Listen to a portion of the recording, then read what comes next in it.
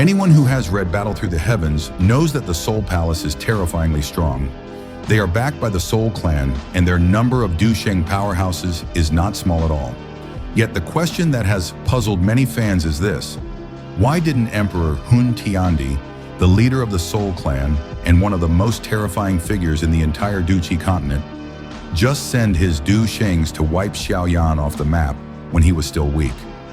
After all, in theory, a single Dou Sheng could have ended Xiao Yan's life when he was still a Dou Wang or even a Dou Huang. Many people give a simple explanation: because of the plot. Xiao Yan is the main character. He has protagonist aura. The story wouldn't exist if he died early. While that's true on a surface level, if we dig deeper into the novel's logic and the Soul Clan's long-term planning, we find that this is not just a matter of plot armor. It actually reflects the way Hun Tiandi thinks, the structure of the Soul Clan's power system, and the 1,000-year plan that the Soul Emperor had been executing. To understand this, we must first grasp the core logic of the Soul Emperor. Hun Tiandi is not an ordinary ambitious clan leader. He has lived for countless years, schemed for centuries, and every move he makes is about the grand strategy of reviving the Soul Clan to its peak and eventually breaking through to the Dodi realm. In his eyes, someone like Xiao Yan, especially in the early stages, wasn't even a concern. To him, Xiao Yan was not a threat, but an ant that could be stepped on at any time. Hardly worth his attention. So what did Hun Tiandi actually care about? His goals can be summarized into two main objectives: raising the Void, devouring flame to the level of a 9-star Dou Sheng, and nurturing it into an Emperor-level existence. This was his ultimate weapon, comparable to creating a nuclear bomb in modern terms. Once successful, the Soul Clan would possess an unstoppable force. Activating the Soul Devouring Life-Destroying Formation, which could draw upon the energy of Zhongzhou itself, turning the entire central region into a power source for the Soul Clan. This was the clan's true ace in the hole, a move that could tilt the balance of power in the entire continent. Everything else, the collection of ancient jade pieces, the hunting down of rival clans, even the destruction of the Xiao family, were side quests. They were conveniences, not necessities. If ancient jade could be gathered, that was good. If not, it wasn't a big deal compared to empowering the Void Devouring Flame or fueling the clan's ultimate formation. Now let's break down the Soul Clan's Millennium Plan priorities. First priority: feed the Void Devouring Flame until it reached 9-star Dou Sheng and beyond, effectively weaponizing it into an Emperor-level existence. Second priority: revive the 4 8-star Dou Sheng corpses, terrifying living dead that would double the Soul Clan's top-level combat strength. Third priority: plant undercover agents into the Gu Clan, Lei Clan, and other ancient families, just like corporate espionage, weakening them from within. Fourth priority: set up the Soul Devouring Life-Destroying Formation to treat Zhongzhou like a giant rechargeable battery. Fifth priority: prepare backup plans like detonating a 9th-rank Profound Pill to destroy the balance of the continent if necessary. Notice that searching for the ancient jade wasn't even near the top of this list. Compared to the great picture, those jades were just fragments of stone. So where does Soul Palace fit into this hierarchy? To put it simply, Soul Palace was like an outsourced company within the Soul Clan. Their main KPI was collecting soul essence to feed the Void Devouring Flame. That was their job description. Chasing Xiao Yan and tracking ancient jade were essentially side hustles initiated by ambitious palace masters who wanted to look good in front of their boss.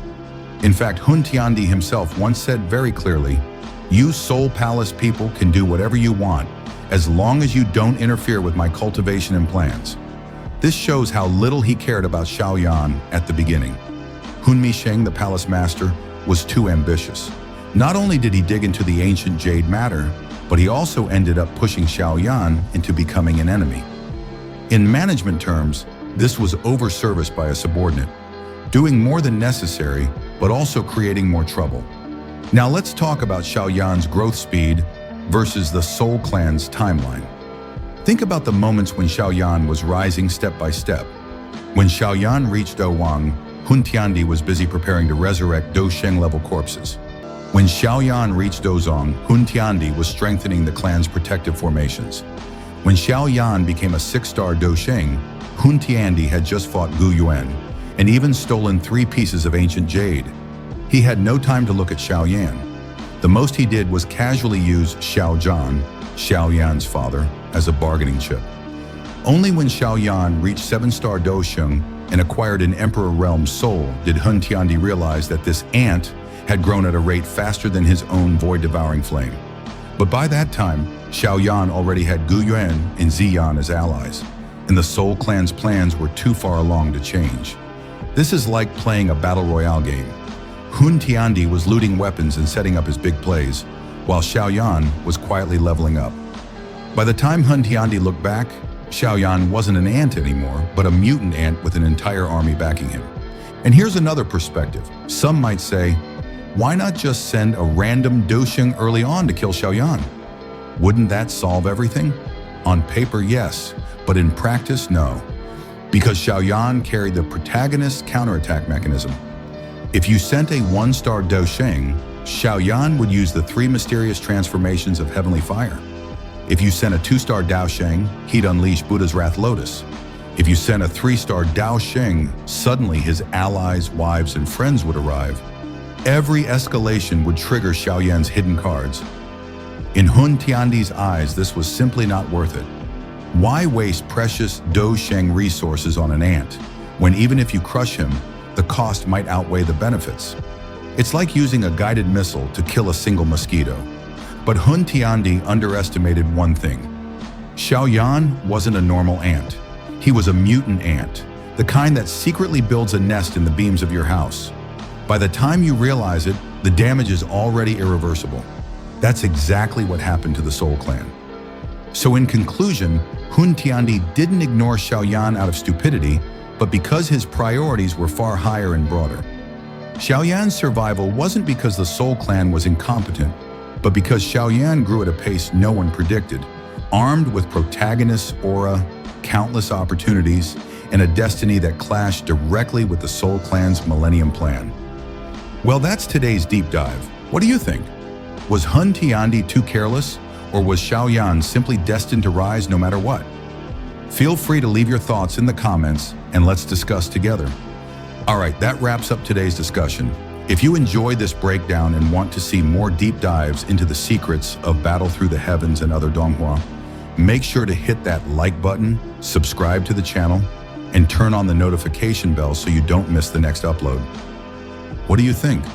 Was Hun Tiandi truly careless, or was Xiao Yan's rise simply destiny?